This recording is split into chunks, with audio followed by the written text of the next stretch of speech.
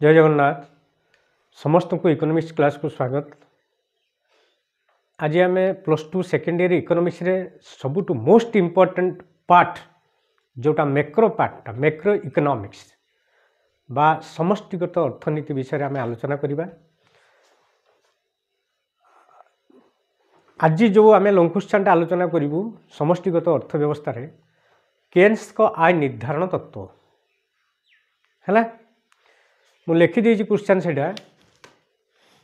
Keynes को आय निर्धारण तत्व आलोचना करो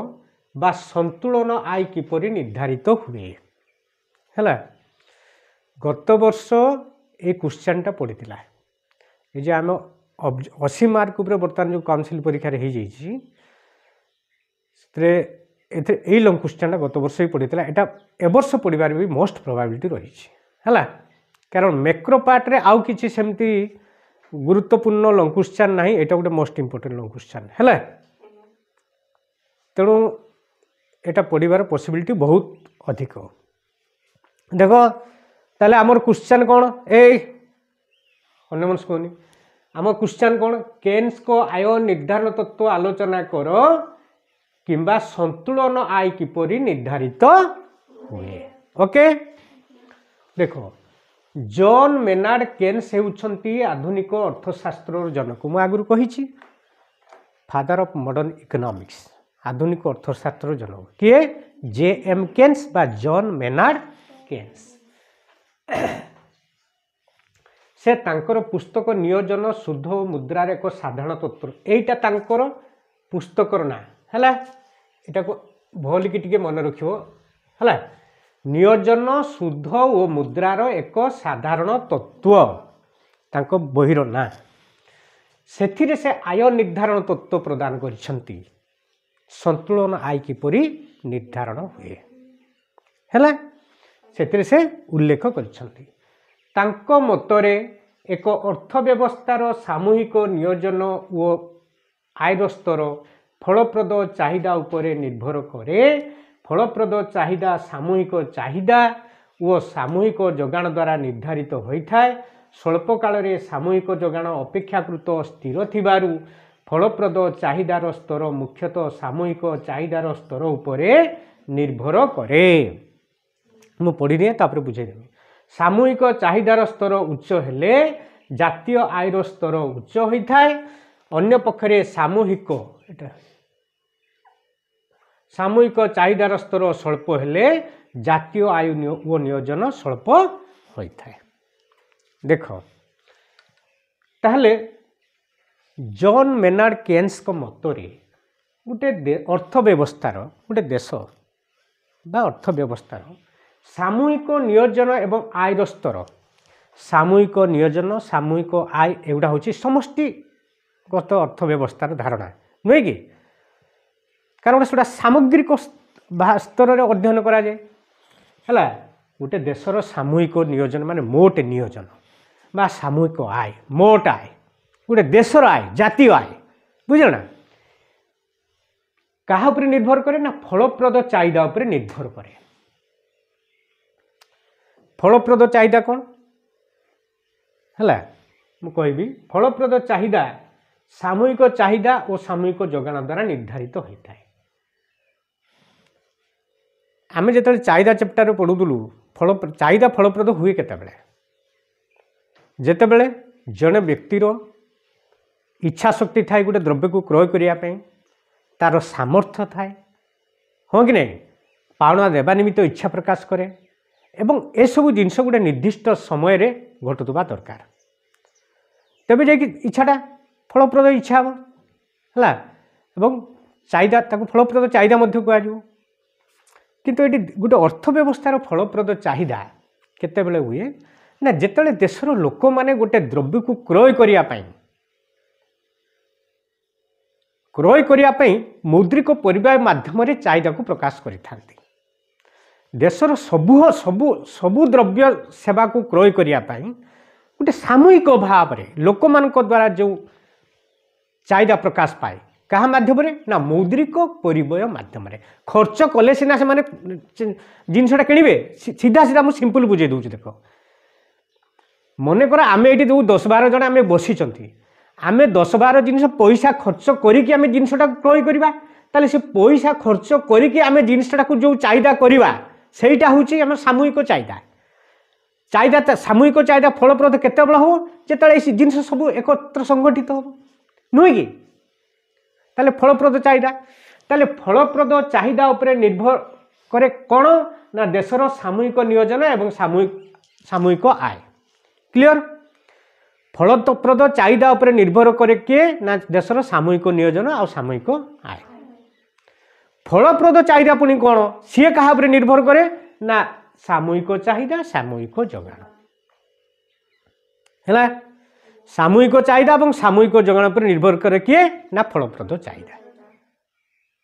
কিন্তু স্বল্প কালরে সামূহিক যোগানটা অপেক্ষাকৃত স্থির। বুঝিলা? স্বল্প কালরে সামূহিক যোগান অপেক্ষাকৃত স্থির থিবারু বেসিক্যালি বা মুখ্যতঃ ফলপ্রদ চাহিদা কাহা উপরে বেশি নির্ভর করে? সামূহিক চাহিদা উপরে নির্ভর করে, নুহে কি? বুঝিলা? মনে কর দুইটা লোক দুইটা পিলা অছ, দুইটা পিলা গোটে পিলা অ্যাক্টিভ গোটে পিলা পেসিভ টিকে নর্মাল, তাহলে স্যার আমি মু কাহা উপরে বেশি ভরসা করবি? অ্যাক্টিভ পিলা উপরে। নরম পিলা উপরে বেশি নির্ভর করে পারিবিনি, কারণ সে বহুত সেইভাবে। তেণু সামূহিক যোগান অপেক্ষাকৃত স্থির থিবারু ফলপ্রদ চাহিদা মুখ্যতঃ সামূহিক চাহিদা উপরে বেশি নির্ভর করে। অর্থাৎ দেশর জাতীয় আয় বা সামূহিক নিয়োজনর স্তর উচ্চ কেতবেলে হব? যেতবে সামূহিক চাহিদার স্তর উচ্চ হব। বুঝি তো? সামূহিক চাহিদার স্তর উচ্চ হলে দেশর সামূহিক নিয়োজন সামূহিক আয় স্তর অধিক হব। আউ যেতবে সামূহিক চাহিদা স্বল্প হব সামূহিক নিয়োজন সামূহিক আয় স্বল্প। ভেরি সিম্পল, নুহে কি? এতক ক্লিয়ার তো? দেখ সামূহিক চাহিদা এগ্রিগেট ডিমান্ড जोटा है, सामूहिक चाहिदा क्या कहुए? एक निर्दिष्ट परिमाणर श्रम नियुक्ति द्वारा समस्त उत्पादक जो सबू द्रव्य सामग्री उत्पादन करिथांती ताहाकू क्रय करने मोट मौद्रिक परिव्यय माध्यम जो चाहिदा प्रकाश को पाए है ताहाकू सामूहिक चाहिदा कहा जाए।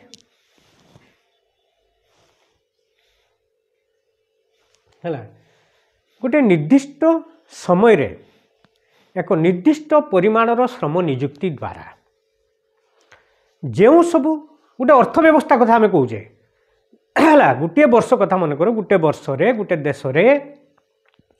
है गोटे निर्दिष्ट परिमाणर श्रम नियुक्ति द्वारा देश रे जेते सब द्रव्य सेवा उत्पादन हैला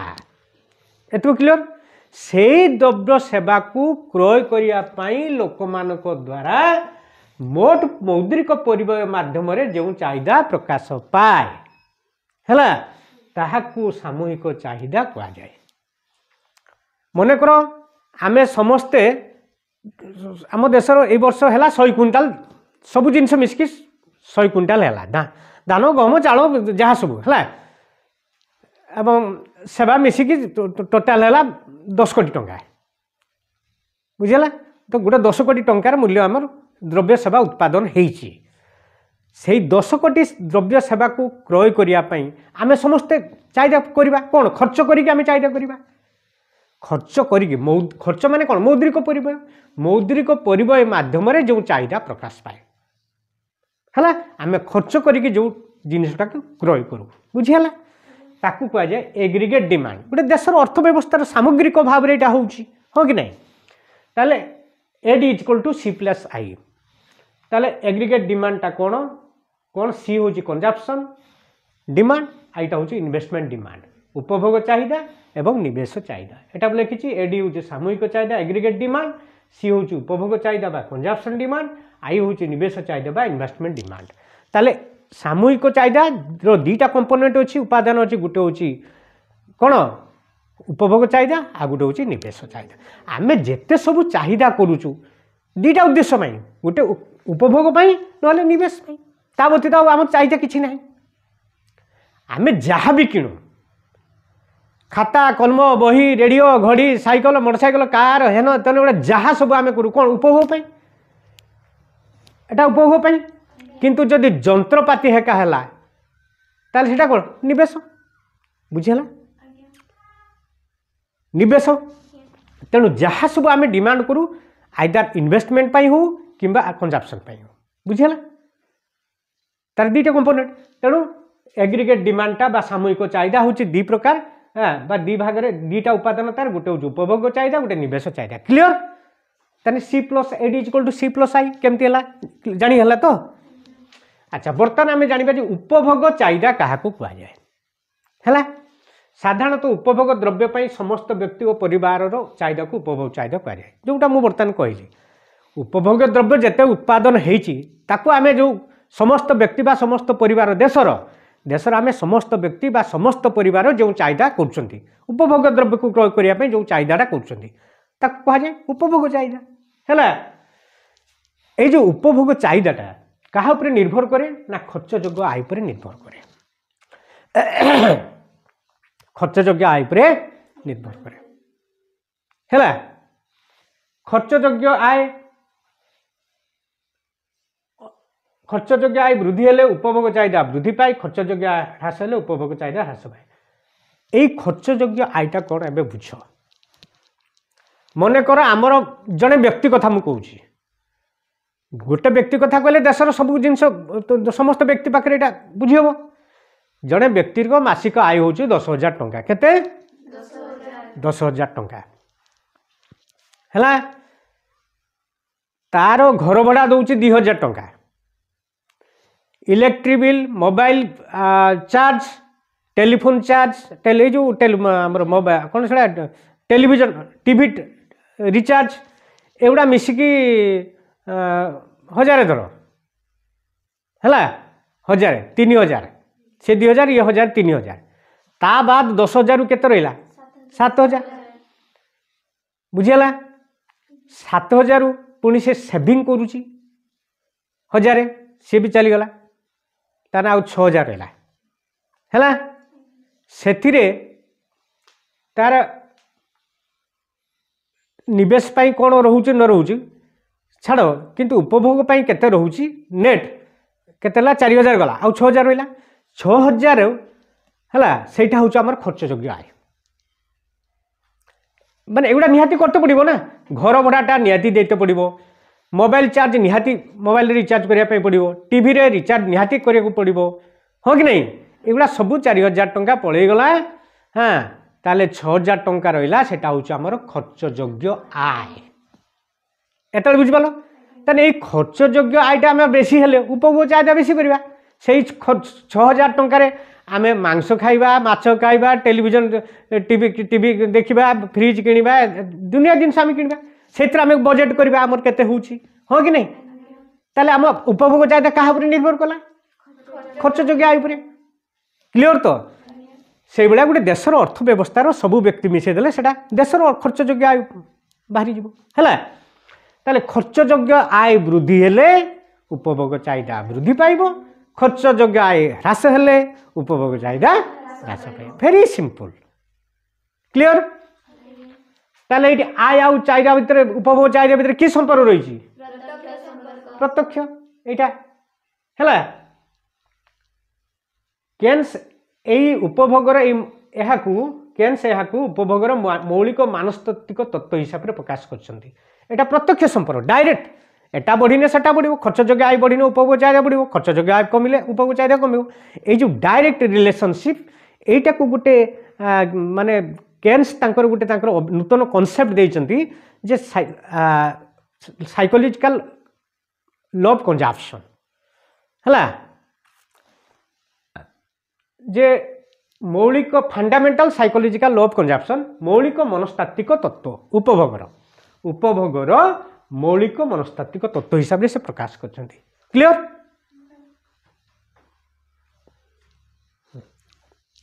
देखो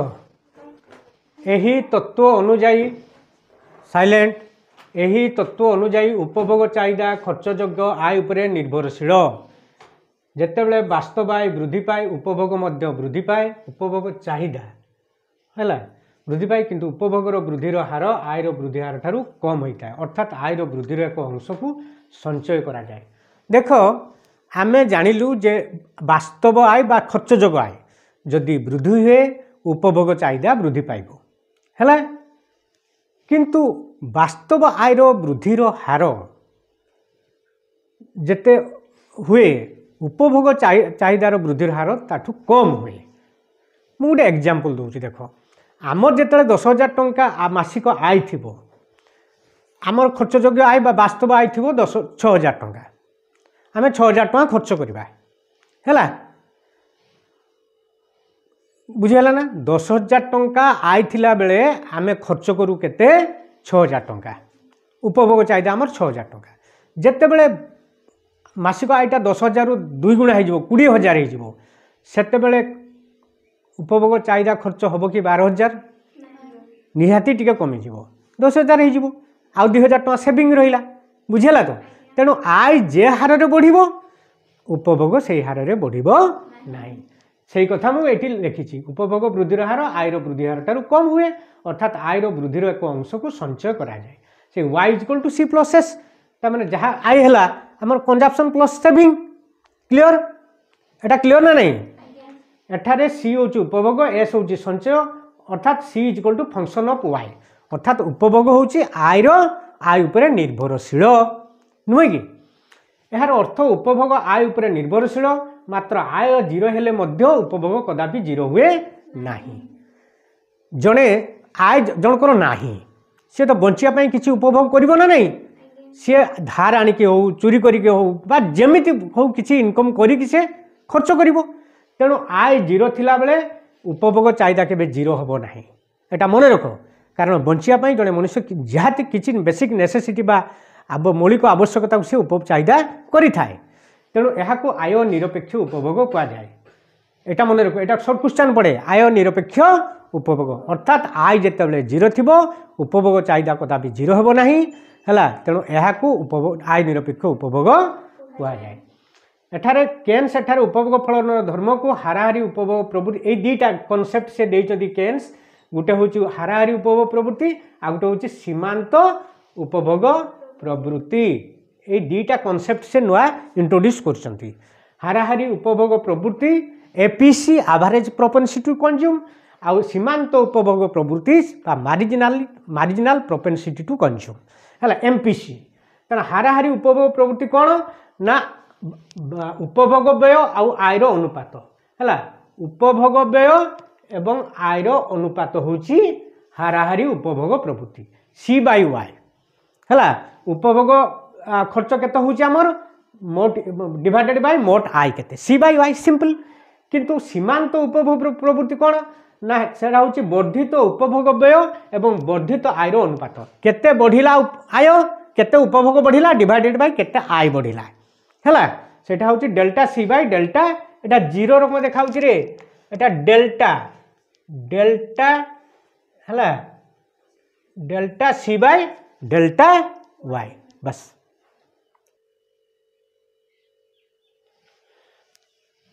निवेश चाहिदा देखो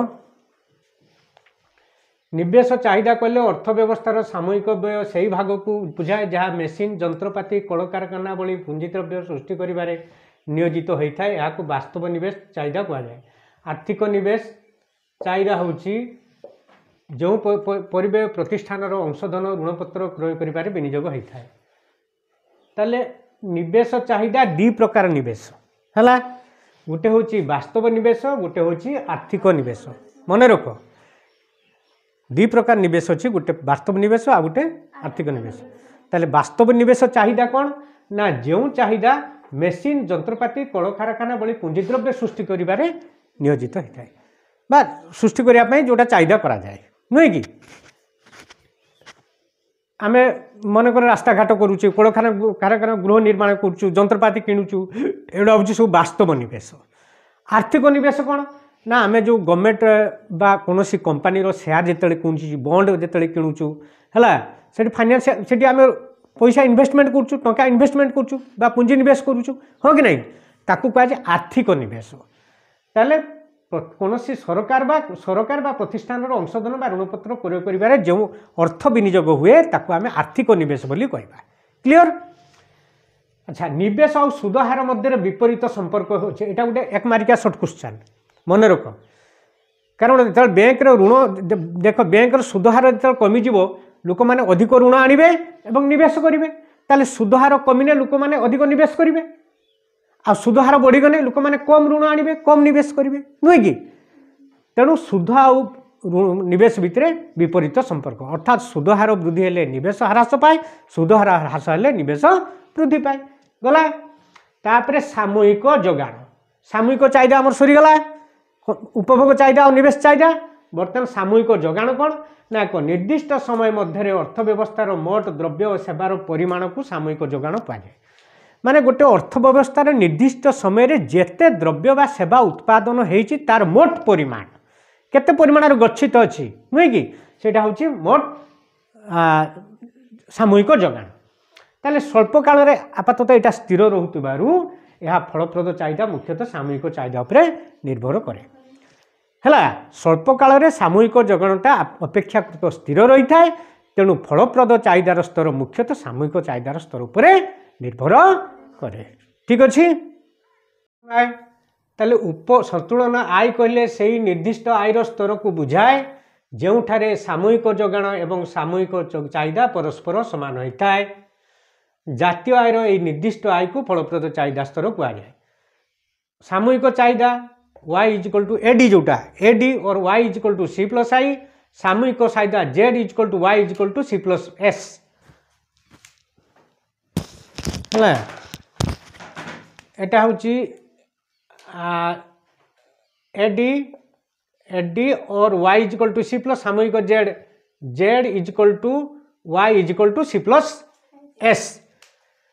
ताले C plus I S is equal to C plus I C कटिगला एस इजिकल टू आई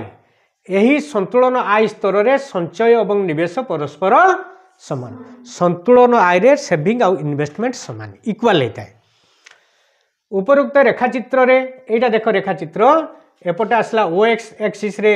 जातीय आय को प्रदर्शन करागला ओ आय अक्षरे सामूहिक चाहिदा को दर्शाई दिगला जेहेतु सामूहिक जोगाण ये सर्ट रन रे फिक्स रोची स्थिर रोची तेणु केवल सामूहिक चाहिदा को ये मेंशन कराई। तेणु ये जो 45 डिग्री एंगल कर्वटा हूँ जोगाण वक्र जोटा स्वल्प काल में स्थिर रही Z equal to Y is equal to C plus S एटा 45 डिग्री सीधा कुणियानी जोटा है आउ एटा जोटा है सी प्लस आई उपभोग चाहिदा वक्र Y is equal to C plus I. देख आईटा ये जीरो हो आईटा जीरो हो किंतु उपभोग चाहिदा केबे जीरो ना उपभोग चाहिदा ता ऊपर अच्छी ताने यही पर्सनटा रहा आय निरपेक्ष उपभोग आय जीरो थिले भी किसी लोक बंचापी उपभोग चाहिदा सी कर कि खर्च कर तेणु यही पर्सनटा हूँ आय निरपेक्ष उपभोग अर्थात सी प्लस आई वक्र सी प्लस एस वक्र परस्पर को कौ बिंदु छेद कले ई बिंदु रे तेणु ई हूँ संतुलन बिंदु एवं यही बिंदु रे निर्धारित दर संतुलन आय बा जातीय आय निर्धारण करे ओ क्यू है ई बिंदु निर्धारित आय है ओ क्यू जातीय आय बा संतुलन आय बुझेला। तेणु उपरोक्त रेखाचित्र रे सी प्लस एस रेखा सी प्लस आई रेखा को ई बिंदु रे छेद करे तेणु ई हूँ संतुलन बिंदु जहाँ जातीय आय ओ क्यू निर्धारण करे यह हूँ संतुलन आय।